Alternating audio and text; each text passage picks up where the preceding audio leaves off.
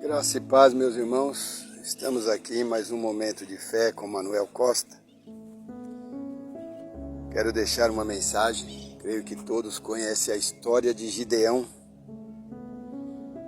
Quando o céu chama, quem ninguém espera, né? Eles estavam escondidos, não por covardia, mas por cansaço, né? Por anos os israelitas haviam semeado e outros haviam colhido. Cada esforço era invadido, cada tentativa, eles se frustravam. E o medo se tornou uma coisa habitual no meio deles. As cavernas e os buracos viraram abrigos, e era como se a vida tivesse parado. E no meio desse povo quebrado, um homem tenta sobreviver, Gideão. Ele não é um líder, não é um guerreiro, não tem história de coragem. Ele apenas malhava o trigo às escondidas, dentro de um lagar, um lugar impróprio para isso na época, um esconderijo, um retrato perfeito da alma dele. Fora de lugar, comprimida, tentando produzir algo com o pouco que lhes restou. Mas Deus, Ele ama aparecer em vidas, né? E apareceu na vida de Gideão. E a primeira coisa que ele diz não é um comando, é uma afirmação que soa até absurda. O Senhor é contigo, homem valente. Valente? Gideão? Ele nunca se sentiu valente. Ele pertencia à menor família, da menor tribo de Israel, e dentro dessa família ele era menor e ele sabia disso.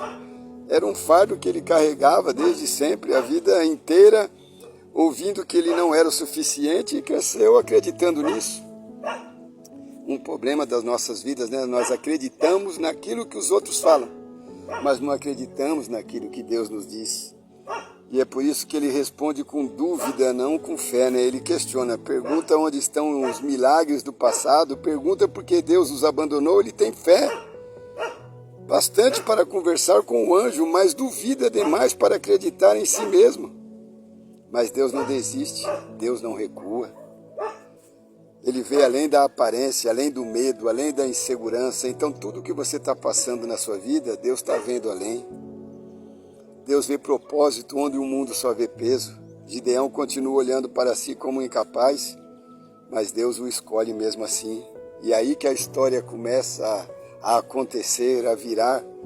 Gideão derruba o altar de Baal à noite, ainda com medo, mas obedecendo. Junta um exército de 32 mil homens, mas Deus olha para aquele número e diz que tem gente demais. Gideão já não se via capaz, agora precisa confiar em um plano que vai contra toda a lógica humana.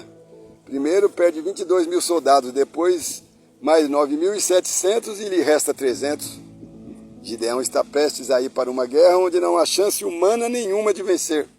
Mas Deus ordena que suas armas sejam cântaros vazios, tochas escondidas e trombetas. Nenhuma espada, nenhum escudo, apenas a fé. Meus irmãos, nesse ponto Gideão não é mais o mesmo homem do lagar. O medo ainda existe, mas não paralisa mais. Ele entendeu que não é sobre ele, nunca foi. Deus poderia ter escolhido alguém mais preparado, mais forte, mais influente. Mas Deus escolheu Gideão, porque Deus ama usar os improváveis. Ama vencer o que é fraco, ama confundir os sábios com o que não faz sentido, ama transformar o escondido em instrumento de revelação, ama mostrar que a vitória não vem da força humana, mas da presença de Deus.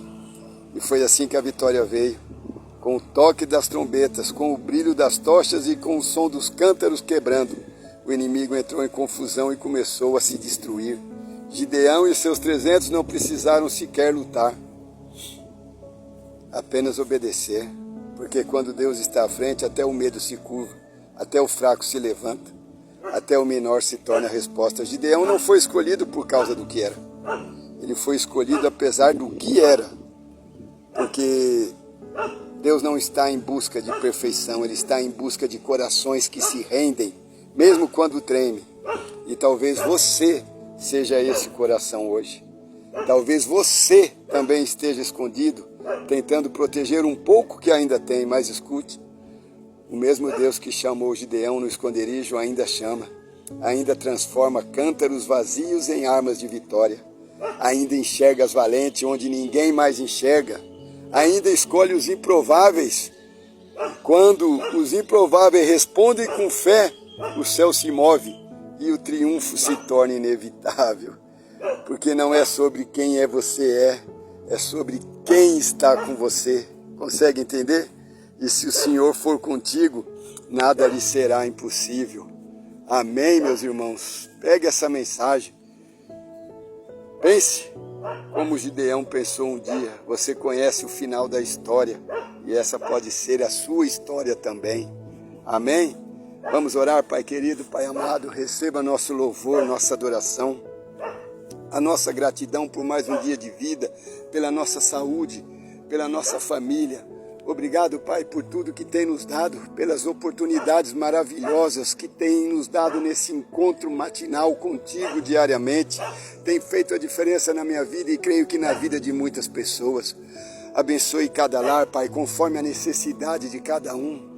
Livre-nos de toda maldade, de toda opressão, de toda depressão, angústia, ansiedade e traga paz nos nossos corações. E como fizeste na vida de Gideão, nos prepare também para a luta que há de vir sobre a nossa família e a nossa casa. Eu te louvo, Pai, e te agradeço em nome de Jesus. Amém.